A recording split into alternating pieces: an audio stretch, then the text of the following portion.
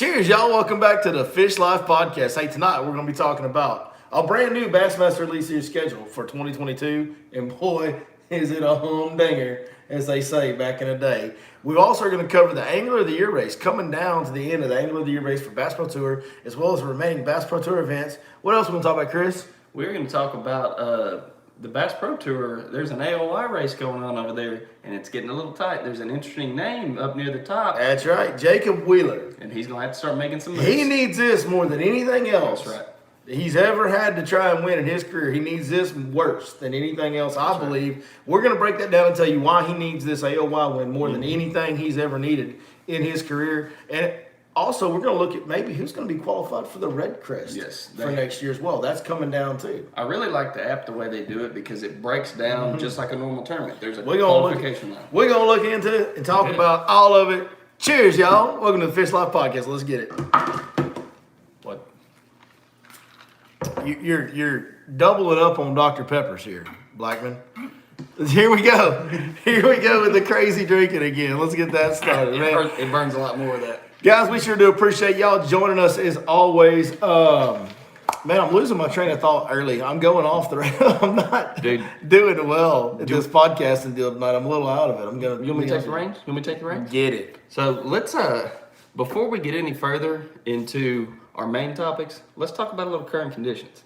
Current conditions. It's hot. It's hot. It's finally gotten hot. Finally stabilized. It finally feels like July in Texas now that it's almost over. So I knew things were kind of turning around whenever they had some scattered rain possibilities late last week. That didn't happen. It didn't happen finally. God, we've had so much rain. I know. It's been crazy. And so that gives me a little bit of hope for that deep bite. And from everybody I've talked to, it's getting a little bit better with every day that passes.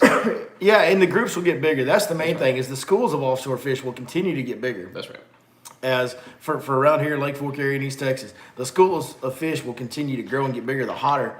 We've just been so far below trends all year this year that it's like there is good days, but there's a lot of inconsistencies that have happened throughout the year because of the way the weather's shaped up. So now that it's finally getting hot enough to warm those water temps up, August honestly should be a really good month of fishing if you're into electronics and offshore structure fishing. So I was thinking the other day, we went fishing on Fork Saturday morning, and it was real slow on us.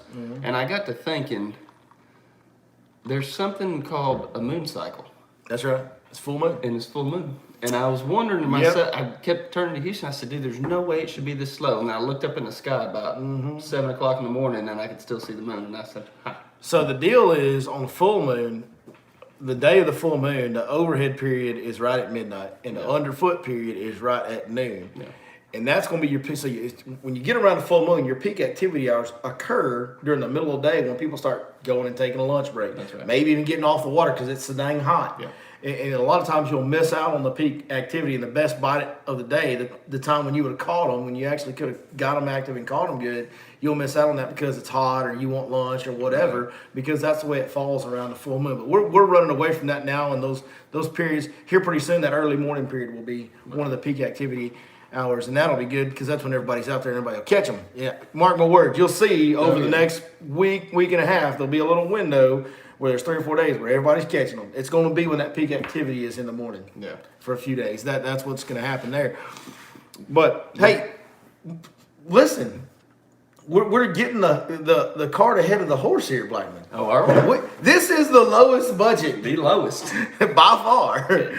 I mean, the charging cord is even torn up on the daggum. I mean, we're talking about an iPhone 6S or something like that. Yeah. We got a charging cord that's half shredded. It's still got a button. I'll put it that way. It does have a button. Come on. So I guess maybe we could go a little bit lower. But this is the lowest budget that's actually live Bass Fishing Podcast, which makes it the L-ball, which makes all of you guys the low ballers. Dude, we've got to get t-shirts made. We got to get low baller t-shirts. I'm about to take a break. This will actually be our last podcast. That's right. Until September, because I always take a break in the month of August from content production and all that. I hang out with my kids before they go to school. So you guys will see one more week's worth of content on this Your Lake Fork Guide YouTube channel. And then I'm going to be shut down for a little while. Going to take me a little rest and relaxation. I'm probably actually going to go out there and do some offshore structure fishing with my kids. It's probably what people are like, hey, Billy, when you bass fish every day, what do you do on your days off? I'm like, bro, I go bass fishing. I go bass fishing. What are you the talking answer about? is what you would expect it to be. What else would I do? There's nothing else I want to do. I'm so lucky to have that gig where I get to do what I want to do. But you guys are the low ballers, and we do appreciate every one of you that watch. And if y'all enjoy these podcasts, do me a favor and hit that thumbs up as you get in here tonight. Also, drop us a comment so we know who it is that we're talking to on a Sunday Share night. this joker. Let's go. Share it. Sharing is caring, folks. It really is. And it does help us out. And as you can see, we need all the help we can get, bro. There was this show I used to watch as a kid. There were these bears, and they had like a little hollow spot in their tummy that would light up. And they always used to say, sharing is caring. I'll be honest with you. Sometimes you say things, and they sound so dumb that I just quit listening. The Care Bears. That bro. was one of those that I quit listening to. I'm just saying. You didn't watch Care Bears? I don't even know what you're talking about. I would never admit it if I did. I'll be honest with you. Let's say some hellos and how you doing to the early risers up in the chat room over here. We don't have too many of you guys in here just yet, but there'll be more of y'all coming. We got Mel Moyle in the house. Get hooked fishing with JC. That's old Jared Carson right there. It's all good in the Bobby Eisen hood. He said he's on his way home from Lake Fate. He lives down there in DJ Scrooston's where he lives. James Clifton, Mr. Texas. B's Honey, Bussin' Outdoors, Errol Sigay, Brownwater. Cheers with the Brownwater. Let's get it. Set that hook and Bussin' Outdoors, which I think, what is that? Why the STD outbreak happened? What are we? Where have we gone on this channel? I'm not sure what that's referencing, but it probably fits. Honestly, let's be honest. All right, here we are, and we're back. What about night fishing? How do you feel about that with this summer heat? Love it. Do you? And I just don't. We used to night fish I just don't like the mosquitoes. all the time together. Me and you did. We've spent a lot of time in the boat together at night. Because back before I was guiding, and even when I first started guiding, we would fish the summertime night tournaments out of Every Florida. Friday. Every Friday. Every Friday we were fishing a night tournament. Trying to catch gar. Trying to catch gar. Yeah. We'd be fishing those dang green lights when there wasn't that many of them out there, really. Yeah.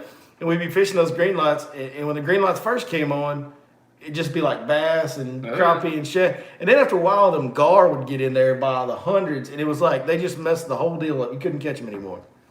Gar, don't care about nobody. Gar, yeah. Gar just mess things up for everybody. That's all they do. They just messing up fish. What was crazy was like there'd be bass and crappie, and you'd see them just kind of slowly swimming around the lights, and then you'd see something about this dang long just shoot across. Oh yeah. And then all the bass and crappie disappear, and then the gar would move in and claim it as their own turf. Dane Frieda says, hope your cup is full. My cup's about yay full right there, so it's a big cup. We're gonna be just fine tonight, boys. And he's got his Dr. Pepper over here. This is my second one of the night. I ain't gonna be able to Go ahead and do sleep. that custom patented Chris Blackman chugging that you do. Man, let's talk about some tournament fishing stuff. Let's do it. It needs my face. There you go. It needs your face. Let's talk about, before we get into the Angler of the Year race, because that Jacob Wheeler deal is interesting, man. It really is. And he does need to win this more than he's ever needed to win anything. But before we do that, let's look at the Bassmaster Elite Series schedule, because I saw this week. And even before I'm going to throw something in there by surprise on you, just a little nugget. Just a little behind-the-scenes nugget on the Elite Series.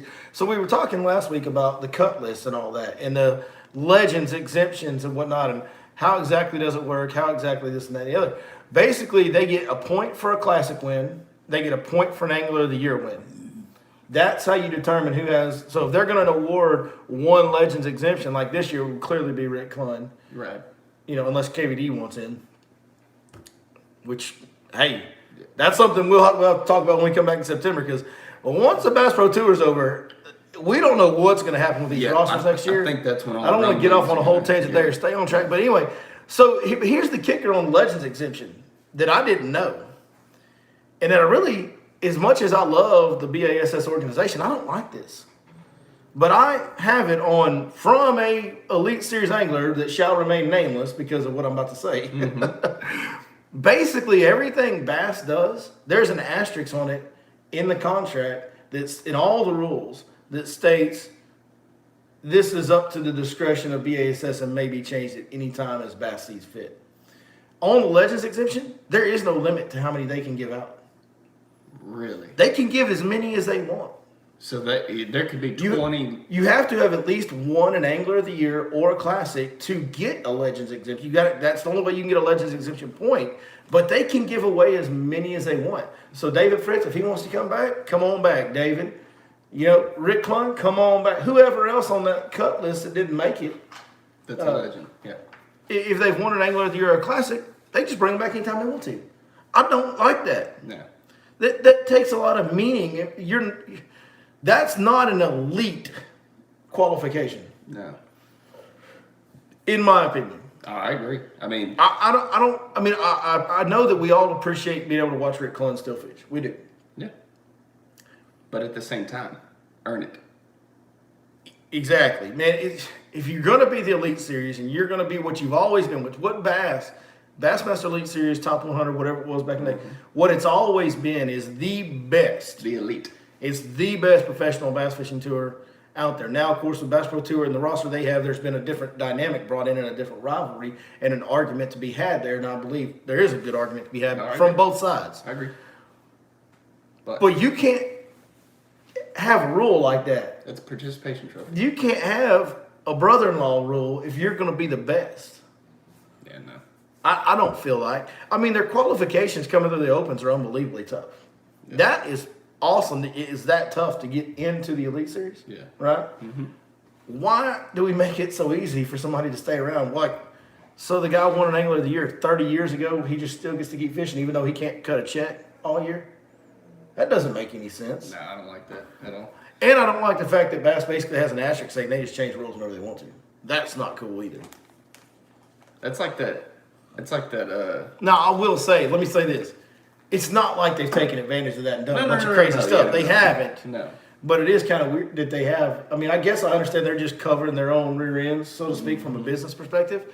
But it's just a weird dynamic from an organization that it's the way the takes rule its reads. qualifications so seriously and all that they have those stipulations in there. The way the rule reads is what I have a problem with. There you go.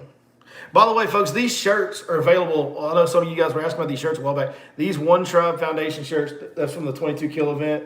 And they have our logos on the back and our tournament logo on the back. They're available on the 22 Kill website. They did get those fixed on the website. You can go purchase these there. They're hooded, long sleeve, dry fit fishing shirts. So y'all can go get those if you want them. All right, Bassmaster schedule. Because I saw this schedule and I was like, this is the best schedule they've put out in 10 years. This is my favorite schedule that I can remember seeing. I believe so.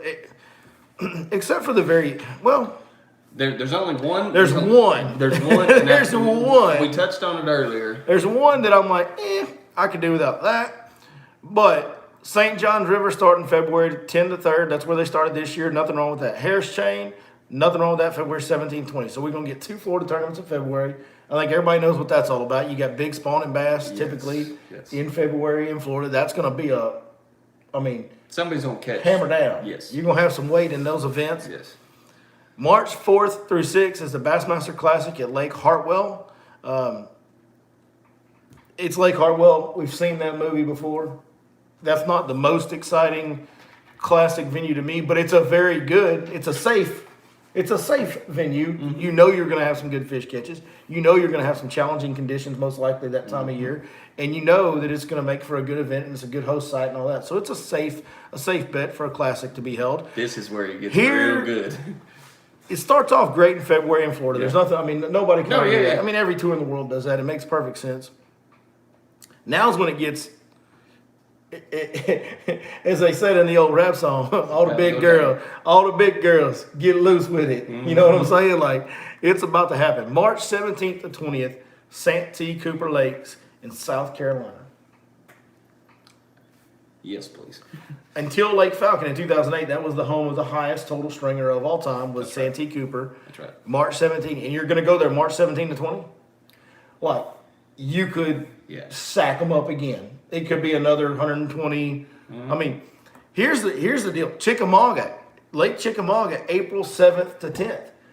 Lord willing, the creek don't rise. This year they went, and the daggum lake was flooded, and it affected the tournament in a bad way. Yeah.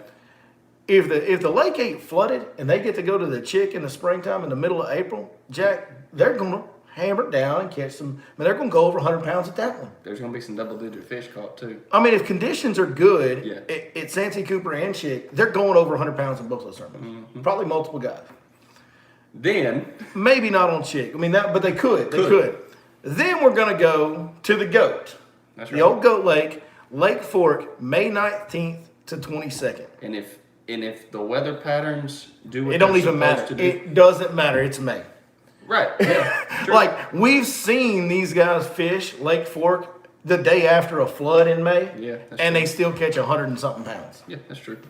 It's not going to matter. Yeah, if the conditions line up, the all-time record will fall. I'm just talking about the diversity of the Oh, way they're able to catch them. yes, they if, will. If, yes. if we have yes. weather patterns like we're supposed to at the end of May, then you can literally go do whatever you want and win. We all know what's going to be happening in that tournament. I mean, what's going to be happening in that tournament, you might have some offshore, sure enough, offshore deep crank in fishing going on. Big swim bait fish. But I'll tell you what you will have for sure. You will have that shallow shell bed, shad spawn beat down, like we saw with Lee Livesey this year, like we saw with Brandon Cobb 2 years ago in May. That is going to be happening for sure at that time. Mix in with some offshore stuff. Man, if it's fishing good, you could see the all-time record fall there. One of these years, they're going to line fork up and it's going to fish right, and they're going to bust that 130-pound mark. You know what I would love to see? Side note, I would love to see them come to Lake Fork in February. I know they'll probably never do it. Honestly, I think it fishes better in January than it does in February. Well, okay, I know I'll just what say you're going. wintertime. I know what you're going for there, and that's why I threw that in there Yeah. because I know you're thinking just wintertime pre-spawn fishing. Yeah. I think it does better in January than it does February. I would love to see them start the season now, like the last weekend in January on Lake Fork. Yeah. Hell yeah, I'd love to see that. Because, great. dude, I mean, we go out there and catch 30-pound bags to customers a lot of times. The problem is if you do that and you get a real bad cold front, It could be it could a be tough tournament. Yeah. it could be a 15-pound a day deal, which isn't a bad tournament, but for Lake Fork standards, it's terrible. For sure. Yeah. But yeah, no, if they lined up the right warming trend in January, it would get a little insane. It's so funny to me because like the reaction I get from customers a lot of times when they call me and they're like, "Man, January. You tell them I January. tell them January, February." They're like, "When's the best time to fish Lake Fork?" I'm like, "January, February," and they're like, "What? It's not the springtime?" I'm like, "Look, I mean, yeah, it is. yes, it is, but the average size is going to be astronomically better." it's a little bit more of a roll of the dice because if you Yeah. do get a bad cold front Yeah. that time of year, it can be bad fishing. And that's But what if I tell you 'em, don't, yeah. the fishing's good, the lake's empty, and this average size bass you catch is through the roof. Oh, It's unbelievable. It's unbelievable. But I mean, just that is that the best 3 tournament stretch we've ever seen as far as prime time lake beat down 100-pound. I mean, we could literally go 115 pounds, 105 pounds, 120 pounds, 3 tournaments in a row for winning weights. I mean, that's a realistic thing that could happen in these events. And then who knows where they're going to go in June? They've got a to be announced in June that we don't know about. We don't know about that. What we do know is the next scheduled one after that, there's a long break. It's July 14th to 17th, and they're going to the St. Lawrence River. We all know what that is. Yeah. That's smallmouth. I mean, I'm not the biggest fan of smallmouth fishing, but dude, they crush those fish when they go to St. Lawrence. I mean, the weights are huge. This is the only part of the schedule I would change personally. And I would switch the St. Lawrence with Cayuga Lake.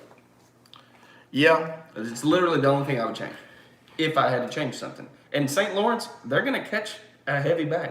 Mm-hmm. You know, it's gonna be great. I don't like watching smallmouth fishing. I like catching smallmouth. I do like that they stretched the season out because we still got 2 more events. That's right. We've got a to be announced June 2nd to 5th. We don't know where that's going to be.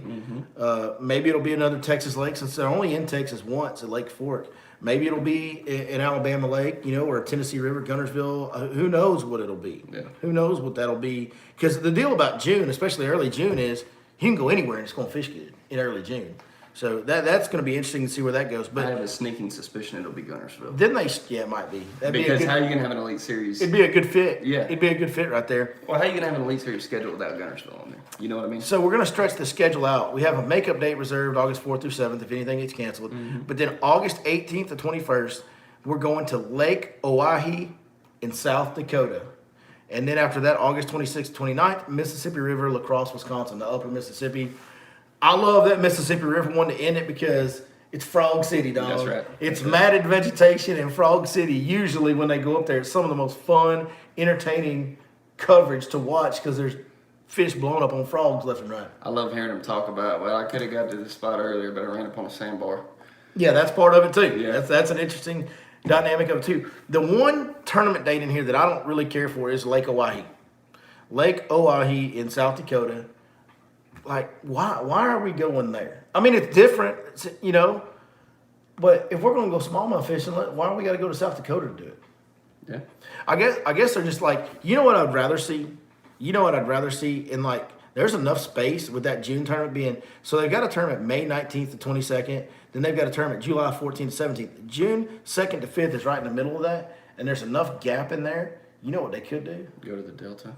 West Coast, baby. Clear Lake, Delta, something like that in June. I would love to see it return there. I enjoy watching the California events. Yeah. Yeah, they're good. I mean, I get it. The travel is like more expensive for everybody to pay, but it's been a while since we've seen the Bassmasters Elite Series on the West Coast, and I would love to see it go back. yeah, and like you said, you've got plenty of the time. There's plenty of time between the Yeah. schedules, yeah. Especially with them stretching out the end, in August like that. Yeah. I mean, yeah. Or even make it, you could even make it a deal where it's like the last stop of the season. If you're worried about time. You know what I mean? Yeah, but you don't want to go fish out there in August. I don't know. Maybe you do. I don't know anything about California fishing, to be honest with you. Neither do I. I'm really speaking right just up out of my spitballing, backside, boys.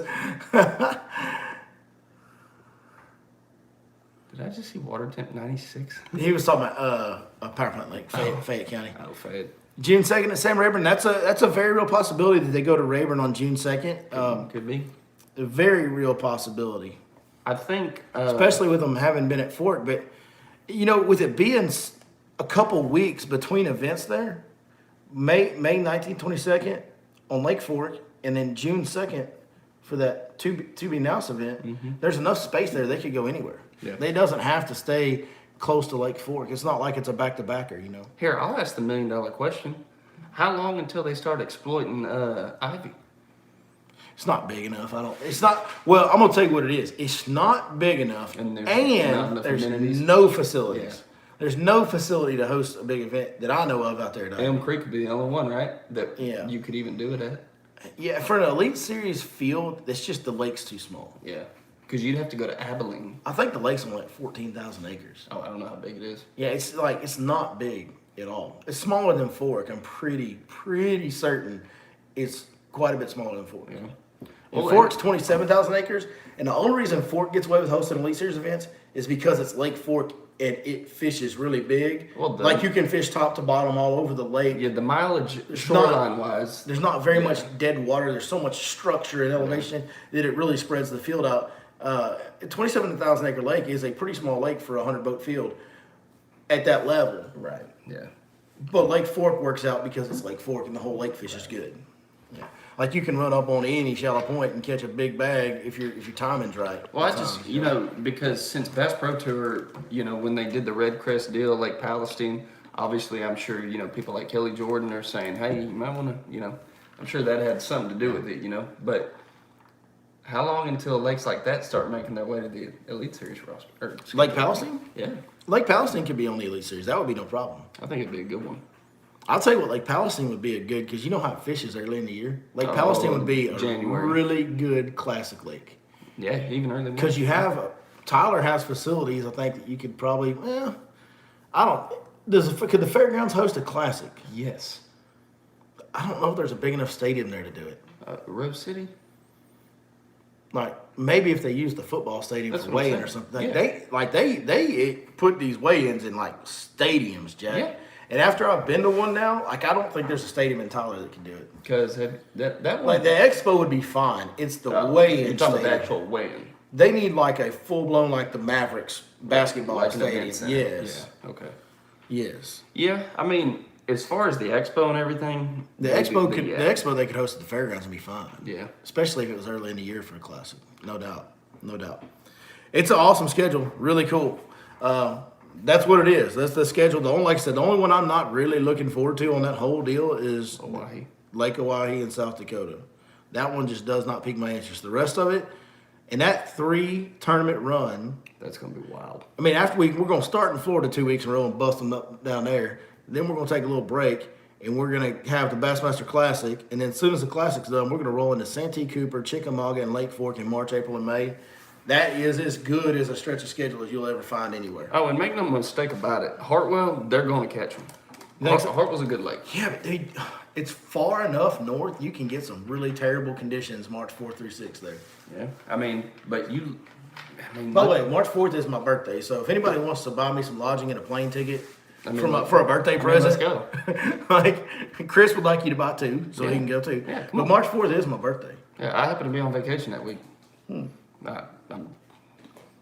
are now. I am now. You are now. I mean, especially if y'all want to do that. Yeah, absolutely. Absolutely.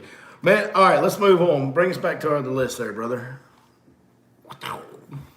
So, Angler of the Year is coming to a head on the Bass Pro Tour. Mm-hmm. Got 2 events left.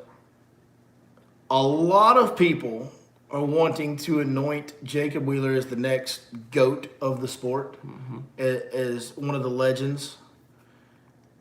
Here's my problem with that. And I think Jacob Wheeler is the best fisherman on planet Earth today. I do agree with that. I'm not saying he's not. Can you be the best if you never win the Super Bowl tournament and you never win Angler of the Year? Can you be the best if you never do that? We talked about asterisks earlier. Mm-hmm. I think that's an asterisk type situation there, don't you? I do. I mean, seems to be, it feels like he's the most dominant angler on the Bass Pro Tour, but he's never won Angler of the Year. How can he be the best? He's not even the best for any one year. He never wins Angler of the Year. Now, the situation right now is Defoe is leading with 352 points, and Brent Ehlers is in second with 342. Jacob Wheeler is in third with 338. So he is 14 points behind Defoe with 2 events left. He can do it. I feel like, well, I'll say he's never won. He won a Forest Wood Cup when he was like 12 years old or whatever. Yeah. So I don't want to overlook that. That was a major win, right? And I think that was one of the big moments where everybody started looking to him to be the next great one. Mm-hmm. And then he has had so many victories in individual tournaments that people have just kind of said, well, he just seems to win more than everybody else. He's the best angler on the planet. But he's never the most consistent. He's never the guy that wins Angler of the Year. And that's the truest measure of how good of a fisherman you are, is wherever you go, you catch them. And you're the most consistent guy, you win Angler of the Year. Mm-hmm. And if you never win a Bassmaster Classic, you never win a Red Crest, and you never win an Angler of the Year, how are you going to go down as the best? And I think Jacob Wheeler cares about his legacy. I think he's a guy that is about trying to be the best. Yeah, I mean, if you've ever watched any of his content that he puts out, he's all business all the time. Oh, yeah. All the time. You can't be that good without being that way mentally, you know? Yeah. So, I mean, this is, to me, this is probably the biggest moment in Jacob Wheeler's career so far, is these next 2 tournaments that are coming up. Mm-hmm. I think you're right.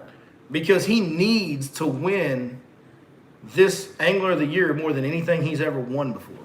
More than anything he's ever fished. He needs an Angler of the Year. I agree. Because he's got to win multiples if he wants to be the best ever. You know, what's KVD won? 8, 7, something like that? I think it's 7 and 4 classics. Yeah, I think it is. Yeah. I mean, if you want to go down and you want to be considered KVD elite, if you want to be in the same ballpark as KVD at the end of your career, bro, you better start getting on some Anglers of the Year, because you got to win at least 5 of them to be in that ballpark. And then you 4 of them at least. Then you got to win the Super Bowl tournament 4 times at least. I would say Jacob Wheeler can have more regular season wins, but he needs to win at least a couple Super Bowl tournaments, which he's already won a Forest Wood Cup. We can't take that away. That was a big deal. Yeah. He's already won a Forest Wood Cup. But I think he needs to win a Red Crest or a Classic at least twice. And I think he needs to have at least 4 Anglers of the Year. And then if he, on top of all that, does all the other regular season victories that he has been doing so far, that he's already started on, and he has the total win number up there above everybody else when he's all said and done, now you can start having the best of all time conversation with Jacob Wheeler. But right now, everybody wants to anoint him as the greatest fisherman on the planet. He's never won the championship. Well, and it's easy to look at earnings through the year and go, well, yeah, absolutely, he's won the most money. But at the same time, that AOY holds such a valid, it's the truest measure of who had the best year. That's right. It's the measure of who was the best bass fisherman this year Because I mean, if we, on this tour. like for example, Dustin Connell wins Red Crest. That's $300,000. Okay, he didn't win nothing else all year. I know. So He's not the best angler on And the he's not planet. the best angler. He was just the best that week. that's right. So that's where that's where they get the money side. It doesn't really reflect with the AOY. Here's an interesting comment. Christopher says Jacob Wheeler is Peyton Manning before he won a Super Bowl. That's pretty good. That's a pretty good. And Peyton Manning won comparison. how many Super Bowls? Just one, right? One. Did he win one with Denver? Or did he show up and get his butt beat by Seattle? I know he got his butt beat by Seattle. Did he win one in Denver? I think he won one in I Denver. think he won one in Denver. But he won one in Indy. So he won two Two Super Bowls. yeah. Okay. Yeah. So, exactly. Peyton Manning, right? Not the best all time. Now, who's better? Peyton or Brady. Tom? Tom Brady. You gotta follow It's the not rings. even the same. Like, it's You not gotta even. follow the rings. Jacob Wheeler needs to win some titles, dog. He's Yep. got to win some Anglers of the Year. Yep. So, as little as I enjoy the smallmouth tournaments, I'm going to be watching these upcoming Bass Pro Tour events just to watch the Jacob Wheeler story, if nothing else. Yep. I mean, yeah, it's going to be fun to watch because it's bass fishing and we all love it. Mm-hmm. But the Jacob Wheeler dynamic is the deal, man. Yeah. I was gonna look. What do you think? Do you think that he'll? I mean, he's got Ott Defoe and Brent Ayler ahead of him, but he's only 14 points behind Ott Defoe, and he's only 4 points behind Brent Ayler. Do you think Jacob Wheeler will end up closing this deal out and winning Angler of the Year on the Northern Fisheries? So I got a lot of faith in Jacob Wheeler in certain tournaments. Whenever he stumbles and his back's against the wall, he seems to always perform. Mm-hmm. So I have all the faith in the world, but the two guys that he's got to catch, That's tough. that's tough. Because Ayler's going to perform well in the smallmouth and lakes. if And you're going to make an argument for a dude that's been as good as Jacob Wheeler over the last couple of years, Oh, Ott Defoe. Defoe is a That's really right. good argument. That's right. He'll give him a run for his money on what he's mean, done. I mean, look, dude. Ott Defoe has been as much of a bona fide stone cold killer as anybody has the last Ott couple of Defoe years. is beating him in points, so obviously there's that. And Jacob Wheeler is only $28,000 ahead of him in earnings for the year. Yeah. So it's not like They're basically even. they're They're basically. really close. I mean, Ott's just 14 points ahead. Right. So will Wheeler close this deal out? What do you think? Man, unpopular opinion. I'm as big a Jacob Wheeler fan as anybody. Mm-hmm. Ott Defoe is going to hold his ground. Do you think Ott Defoe's going to seal the deal? Yeah, because I think Ott, there's always what's the talk. Every time somebody talks about the best in the sport, what's the name that gets brought up? Jacob Wheeler. Okay, I think Ott Defoe says Once. y'all might want to put some spec on my name. And he does have a classic win. Just saying. Ott Defoe is going to take over the talks for the best on the planet after this points race is said and done. You think so? I think so, because he's those are the only two names you can argue. The Jordan Lee deal was alive after the Yeah, he's back-to-back had a tough Classic year. wins, but he had a He's tough fell year. back this year, yeah. But it's Ott Defoe and Jacob Wheeler, and I think Ott Defoe edges him out. And I think these two are going to ping pong back and forth for Well, the next I'll- several years to come. Well, yeah. They're both going to be at the top, I think, for a while. But, yeah, the Ott Defoe deal, that is interesting. And if he does close this deal out and win the Angler of the Year, I hear your argument that you can make an argument that he's the best in the world now. That makes a lot of sense. I mean, it's tough too because the comparison of both of their careers, you're comparing two completely different things. But now that, I mean, from here forward, I mean, they're both performing at the highest level Yeah. in their said. Well, Ott Defoe's been around quite a bit longer. Right. If I don't know, maybe he hasn't. It feels like Ott Defoe's been around quite a bit longer. He probably actually, in truth, because Jacob Wheeler started so early. If you count Jacob Wheeler's FLW Tour days, Ott Defoe probably hasn't been around That's true. longer than Jacob Wheeler, honestly. But like I said, I think Wheeler started on FLW Tour when he was like 19. Won the Forcewood Cup when he was 21. I thought it was 17. Personally. No, I think he's 19 when he got on the FLW. But he started really, really Yeah. young. Yeah. Qualified really young, and then, like I said, he was the youngest guy to ever win the Forcewood Cup. Well, and another thing about Ott Defoe, you will look up in championship rounds sometimes and not see Jacob Wheeler's name. You will very rarely That's true. look up and not see Ott Defoe's name in a championship round. What always kills me about Ott, he did this at the Lake Fork event. What was it, 2020, spring of 2020? Yeah, it's right when COVID was like, yeah, spring of 2020. But he's done it a few times now where he He squeaks by in the first 2 rounds, like barely makes the top 20. Then he squeaks into that top 10 and barely makes the top 10. And then on championship day, dumps the clutch. Runs away from everybody. Yeah. I don't know if he's managing his fish that much better. Maybe he's got this system down of this format and the fish management that it takes in that down better than everybody else. Maybe that's what it is. And there's something to be said about it. Yeah, it's you got part to play of the game. It's always been part of 4-day events. Yep. And so it's obviously different. You know, it's a different. Different. What I'm saying is this is a different strategy than they've ever had to use before because of the way they reset the weights every day. And maybe he just mastered it. You can't just get hot one day and sack up a big bag and hold that big lead because it starts over. Yeah. So maybe he is the master and he's just that good that he knows, okay, well, if I catch this many, I'll make it. And he just kind of is watching that score tracker and he just catches what he needs when he needs to barely get by. And he's saving more fish than other guys are. And then on championship day, he just pops them. I'll task you with something. The next Bass Pro Tour you watch, when they go over to Ott and they start talking about weights and what's it going to take to cut, listen to what he says. He's usually within a pound, pound and a half every single time. He's just that much more in tune with that. He's thinking, this dude's living in 2035. Yeah. And everybody else is fishing in 2021. They're just trying to catch what they can. Yeah. And he's going, you know, if I catch... There might be something to that. If I catch 32 pounds today, I should be... There very well could be something to that. Very well could be something to that. Well, and so that's kind of the situation on Angler of the Year. Wheeler, he needs to win that. Something else that kind of struck me as interesting. Pull up that FLW Tour, or Big Five, whatever it's called.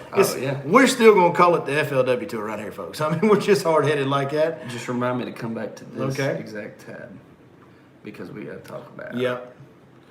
So on the pro circuit, Big Five, it's the old FLW Tour is what it is. Next stop, baby. California Delta. Pull up the Angler of the Year race. So that's what I want to talk about. They're going back to Cali, Chris. Yes, they are. They're going back to Cali. Where is? Oh, I jacked this deal with bad. Here we go. Standings. It should pull up AOY. Is that AOY? Yep. That's it. No, it was for the pro circuit. The pro circuit was the one I was talking about. Yeah. What'd you do? Hit the Toyota series? Yeah. Man, we got to get a better deal here. We need. All right. We need. Who's it? Jamie. Yeah. For Joe Rogan. Yeah. Yeah. When you need to go train with Jamie a little bit. Get your skills up. So on the pro circuit, the old FLW Tour is what this is. But when they first took it over, the guys from the Bass Pro Tour were not fishing that. Correct. It was a totally separate tour when they took it over. Then last year during COVID, they had some cancellations of their Bass Pro Tour events. They just allowed the field to open up and allowed the guys from Bass Pro Tour to drop down and just join this field, magically join the field. And it was a big controversy because all these guys that paid all their money to enter these Big Five events, FLW Tour events, now all of a sudden, not only are they competing against Jacob Wheeler and all these guys we're talking about from Bass Pro Tour, they're also, the field blew up to like 200 boats. Man, that makes it a whole lot harder to cut a check. Like they got taken over, as bro, they say. These guys have fought and scratched to get to where they've got on that FLW Tour, and then they just get bombarded with all these extra bodies, and they're the best in the world. And just to kind of state that, if you go look at the Angler of the Year on the FLW Tour or the Tackle Warehouse Pro Circuit, about half of the top 20 names, maybe a little more than half, are all Bass Pro Tour anglers. Yeah. These guys on the FLW Tour or the Toyota Pro Circuit, they got screwed. They got screwed over big time. Here's the Angler of the Year leaderboard. Michael Neal, Bass Pro Tour. Skeet Reese, Bass Pro Tour. That's first and second. Fifth place is Justin Lucas, Bass Pro Tour. Eighth place, Adrian Avina. Ninth place, Cody Meyer. 12th place, Bobby Lane. 14th, Mike McCullough. 15th, Anthony Gigliotti. 16th, Chris Lane.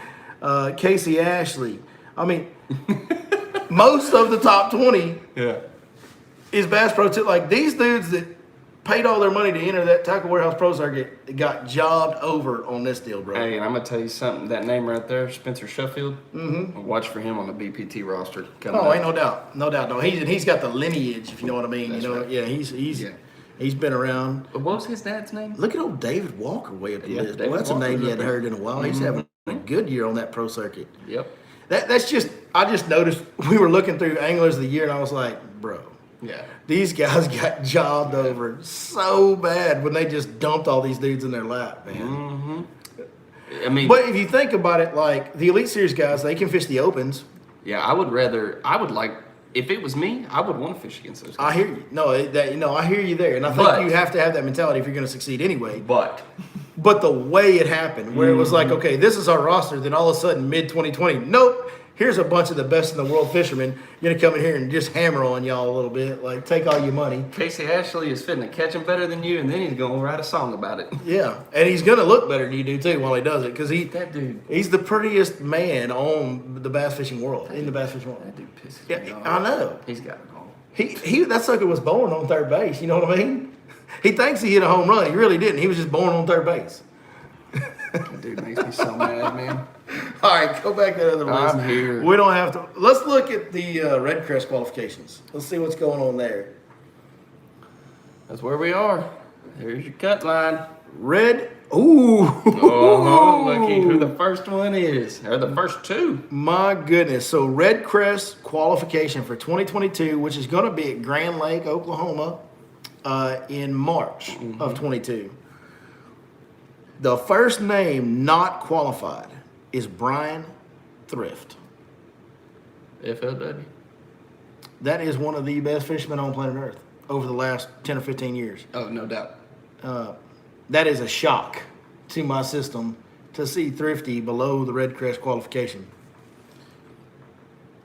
Jordan Lee is barely in it. They go to 40. Jordan Lee's barely in at 36. Mark Rose, Zach Burge, Cody Meyer, Bradley Roy. Those are the last five Bradley Roy's Bubble Boy. in. See what I did there? Yeah, I see what you did there. Yeah. But right below that, and there's some other names down here, dude. Check this out. So we got the guys that are not qualified for Red Crest right now. Brian Thrift, Todd Faircloth, Jonathan Van Dam, David Dudley, Brett Height, James Worldwide Watson, Cliff Pace, former Classic winner, Scott Suggs, John Murray, Jared Littner, Chris Lane, Jeff Crete, Fred Rumbanis, Randall Tharp, Brett Myers, Cliff Crochet, Russ Lane, Tommy Biffle. I mean, this is Randy Howell, Andy Morgan. They're way down the like Andy Morgan and Randy Howell. They're not qualifying, dude. I don't see them getting in. The Tommy Biffle deal doesn't surprise me. They ain't bit the Biffle bug real good this year at all.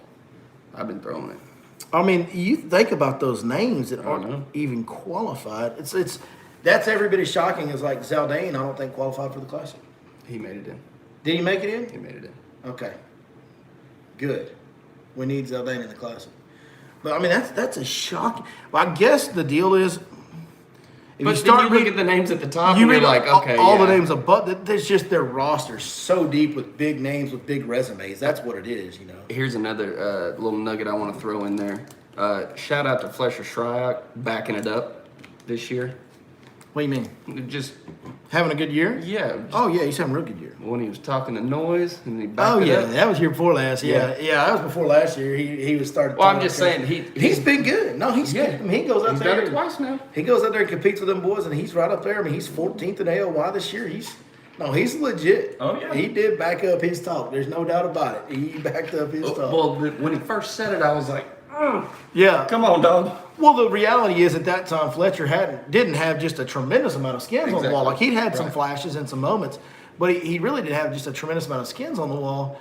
And then he's going into this deal when they separated, and there was so much bad blood between Wolves everybody. and sheep and all that crap. Yeah, it And was then- funny. Oh, It yeah. was fun. It was entertaining, no doubt. I remember I screenshotted that and I sent it to you and I was like, whoo, shots The fired. best part about that was when the wives started talking trash to each Oh, other. yeah. Like the anglers' wives started busting each other on social media. Mm-hmm. And the ironic part was, I think the one that was the most vocal might have been Kelly J, Mm-hmm. Jaye, Kelly J. Kelly J's wife was getting after Fletcher pretty bad, and now looks like Kelly J ain't even going to be back on the Elite Series. Yeah. I think he's going to be one of the guys that gets cut. So, I just, it's stuff like, I live for stuff like that.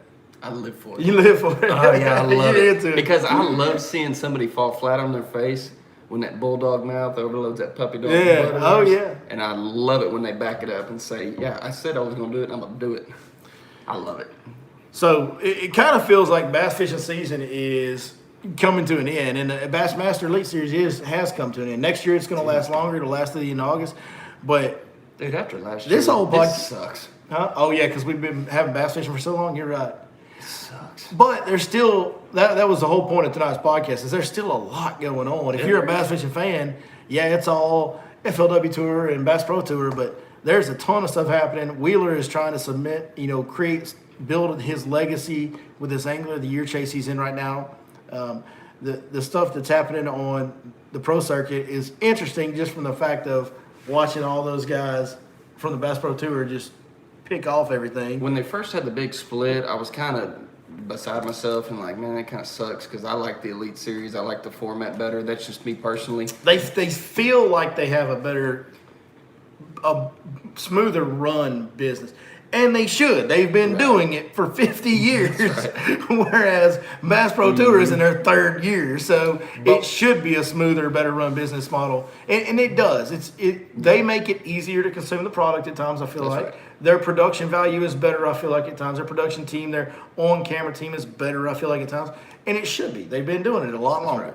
But what I'm actually thankful for the split nowadays because the amount of publicity and news. Oh, yeah. There's way more that comes out now. Yes. And you get to hear, and like. Well, coverage has just changed so much with the advent of social media and live coverage, and you have so much more access and immediate access to these events and to the anglers and to the whole sport in general.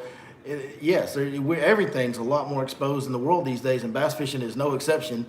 And it's pretty cool. I'll say this. When it was Bassmaster and FLW, and FLW had Andy Morgan, Scott Martin, Brian Thrift, guys like that on FLW. Dudley, yeah, David Dudley. You had those guys on FLW Tour. It's not that FLW Tour was bad. It just never felt equal to the Elite Series. Right.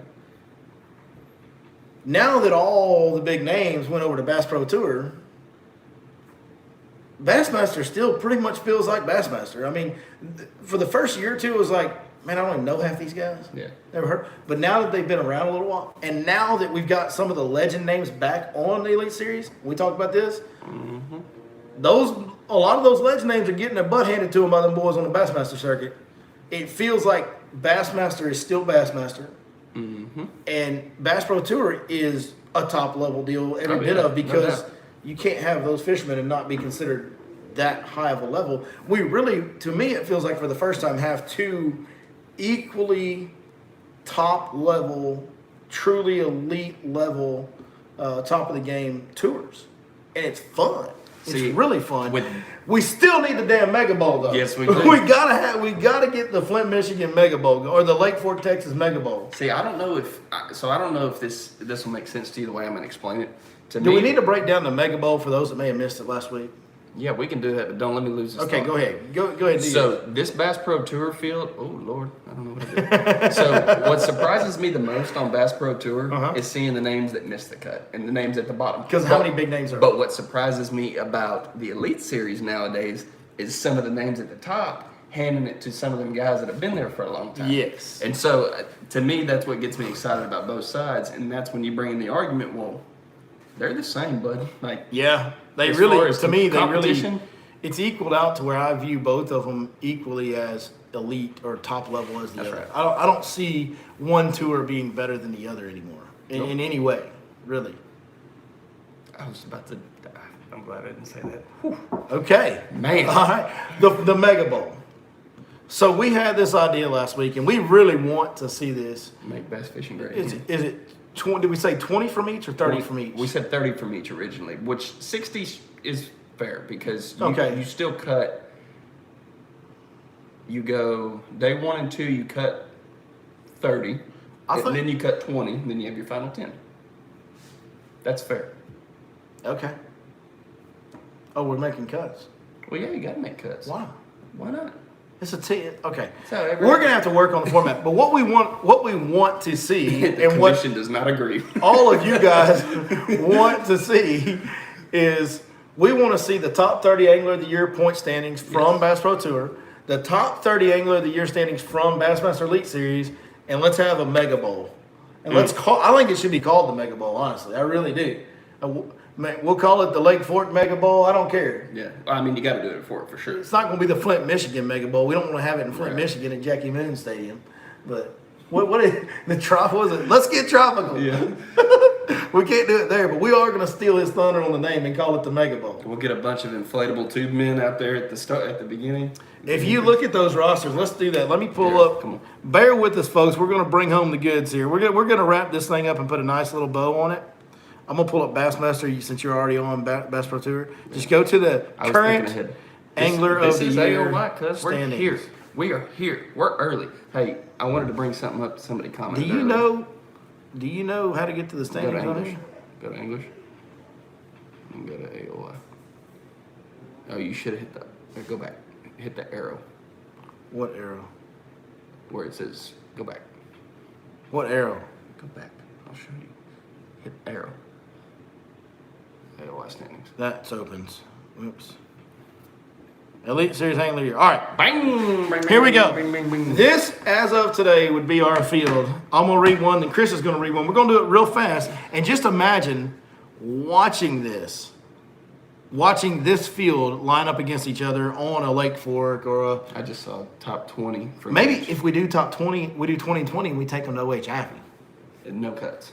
No, Somebody just said that for $1 million. 20 and 20, go to OH Ivy because it's only 40 boats. Bro, come on. I mean, Come on. how many Sri Lankers? I have, if it's in the All of wintertime, them? All of them? All of them, that's right. We're going to fill all 23 tanks in the Share Lugger program up this week. Yeah. Y'all might want to evict some folks. All right. We're coming with the goods. This would be the field. We're going to rapid fire this at you.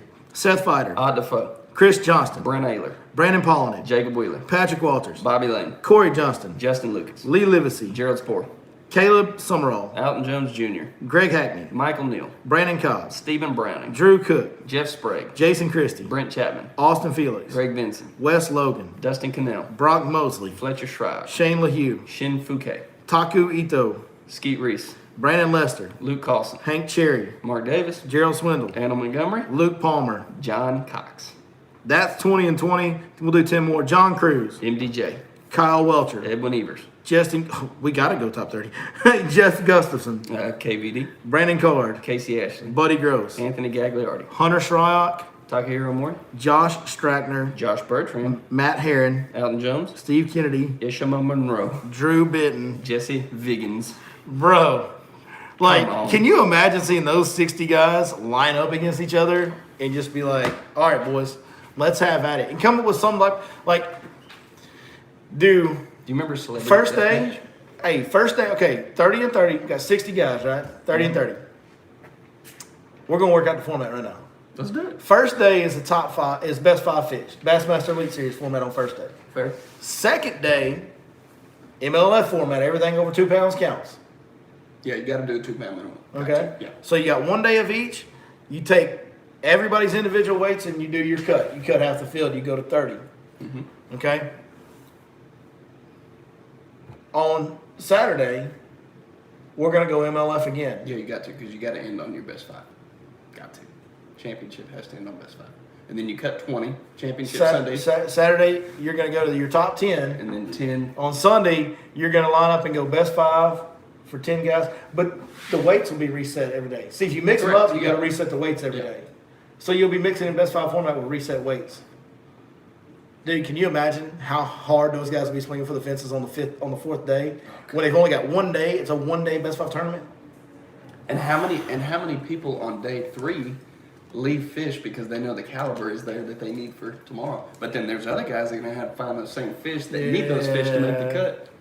And you're going to have an individual win it, right? Mhm. As an individual. But where I really think the deal is, and this is like the AFC versus NFC, this is the all-star game, baby. That's what this is. For real money, though, like an all-star game that counts, right? Yeah. And so there needs to be like, okay, the top 10 Bassmaster guys and the top 10 BPT guys, there's got to be an award for like a trophy or some type of big award for the tour that wins the team battle. I'll say you just add up every angler's weight, and whichever side catches the most weight wins the battle. And then the other side cannot. The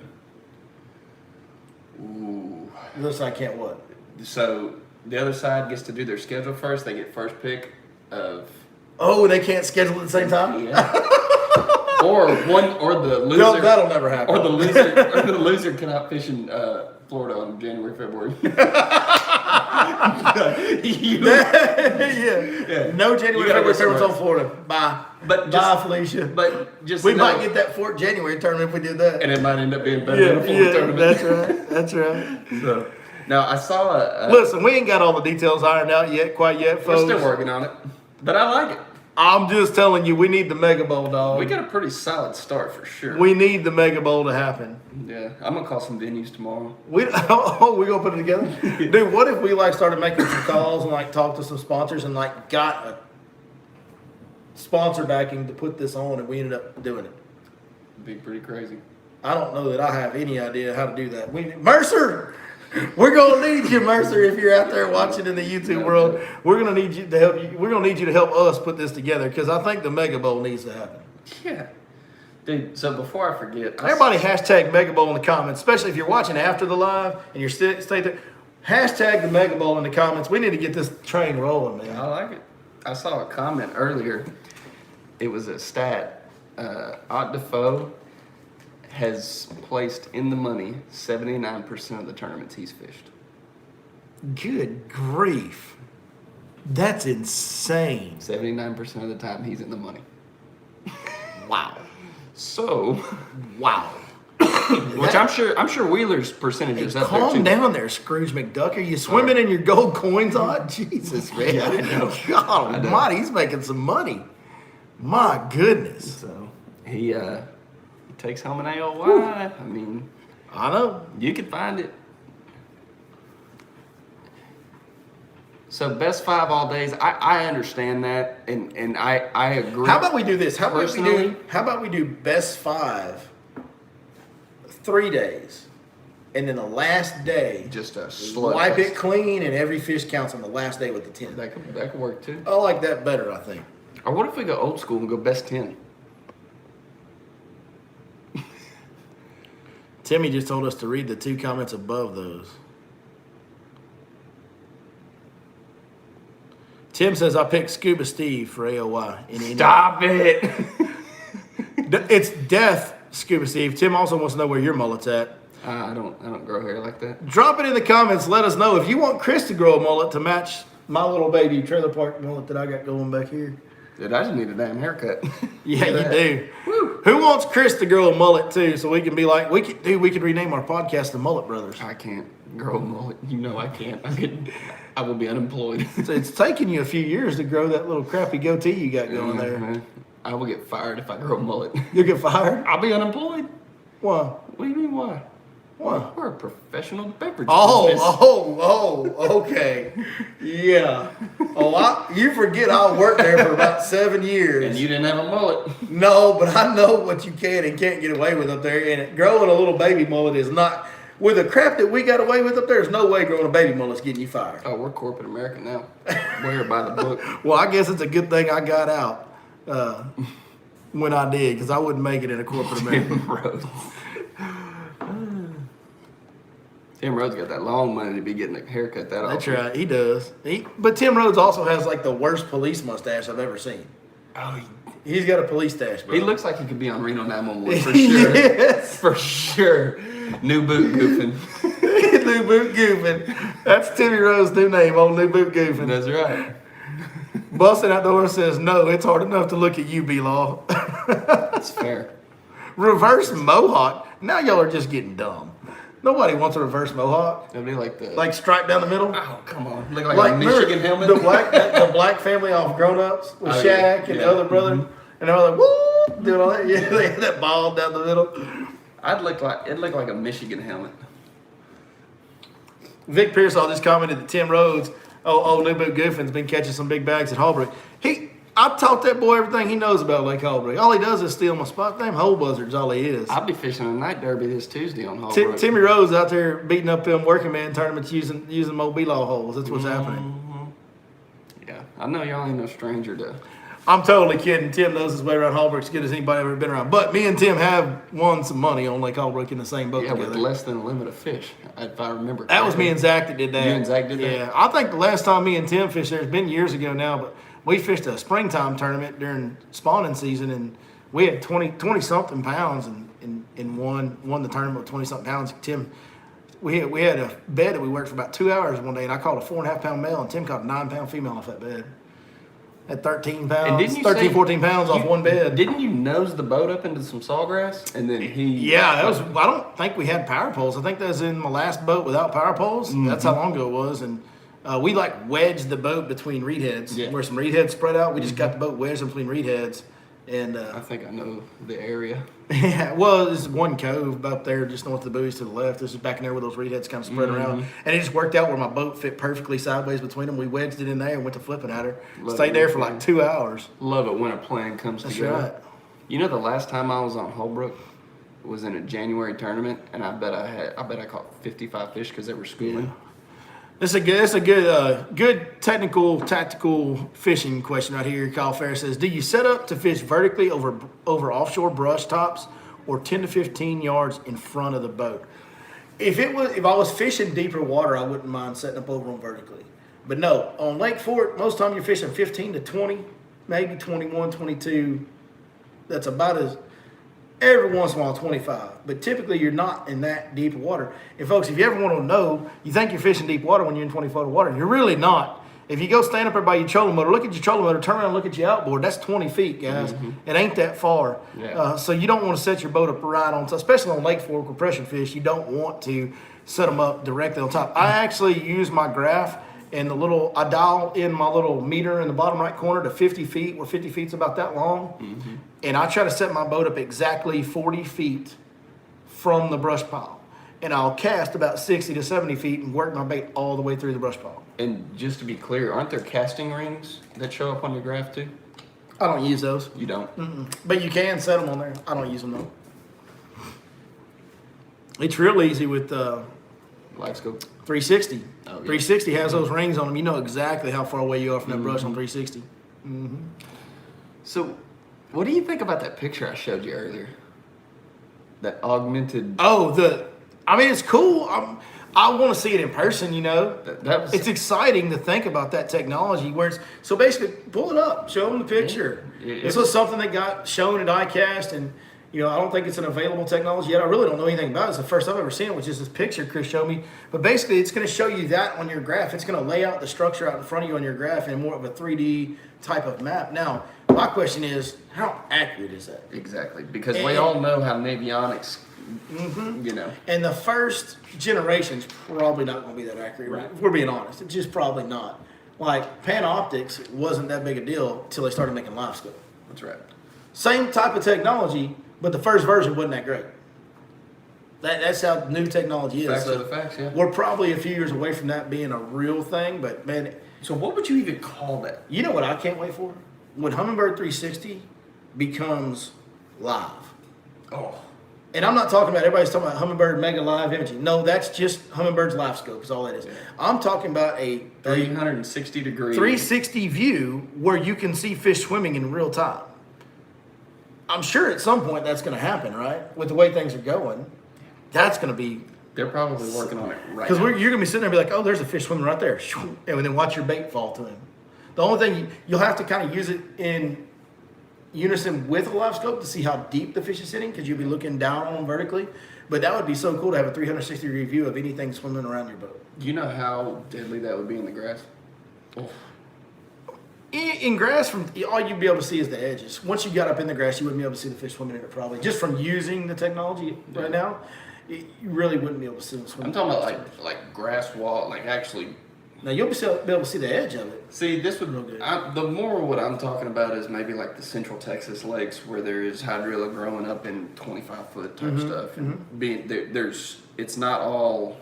It's not all matted over, but there's holes in it. Yeah. Yeah, well, that you can already do on 360. Oh, really? Yeah, I mean, 360 will show you that every line and hole and cut in grass. It's amazing for grass fishing. So you won't own a boat ever again without 360, is what you're telling me? Not unless something better comes out. Yeah, if something better comes out, then yeah. But it's tough to perfect something that's that good. Yeah, it's tough to improve on that technology. Like, if they make it live, that'll be awesome. Yeah. I'll use that instead. But no, it's incredible. So, yeah, 360 to me is... I mean, if you're serious about bass fishing and you can afford to get what you want, and you have the opportunity to get the electronics that you want, which I do, I'm fortunate to be able to get the electronics I want on my, because I get a new boat every year, so I get to upgrade my electronics every year. Yeah, I think a 360, and you can go live scope or active target. They're the same basically. Right. I got an active target, but you need a real time. You need a live forward facing sonar and a 360. So not to completely change the If you subject. can afford it. I mean, I get it. Guys that can't afford to have both are going to have to make a choice. I watched a video of Jacob Wheeler comparing the two. And Comparing live scope and 360. no, live scope and active target. Oh, okay. Side by side. He had two boats. His old boat had the Live scope. Yep. and the new one had active target. Yep. And they are eerily similar. The only difference that I saw in that video was the clarity a good ways away of the active target. Yeah. So the active target is clear. A little bit more detail. Yes. So A little bit more detail cool. in active target, which is why I ended up going with them. Right. Plus, it pairs. I like a Lowrance at my console, so it pairs with that. That was a convenience too. So, Matt, see if we got anything else to answer. Anything? No new. No newness. No newness. No new. Man, hey, thank you guys for watching the lowest budget actually live Fish Life podcast. Shout out to all the lowballers out there. That's right. We need to get. Maybe we'll talk a little bit more over the break. Yeah. And let's see if we can get some shirts made. Maybe we can get some orders. We need to start looking into that. Yeah, and this will be our last podcast. We do have content coming up all week on the channel, but this will be the last week of content. This will be the last podcast until the end of August.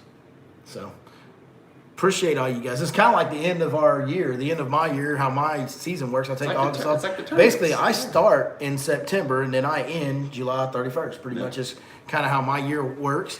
And so, yeah. We're about done for the year, man. Appreciate everything y'all done for us this year. We're gonna have some year in review videos. I think what I'm gonna do for the instructional video this week. We always like doing the instructionals on Wednesdays with Guides Network.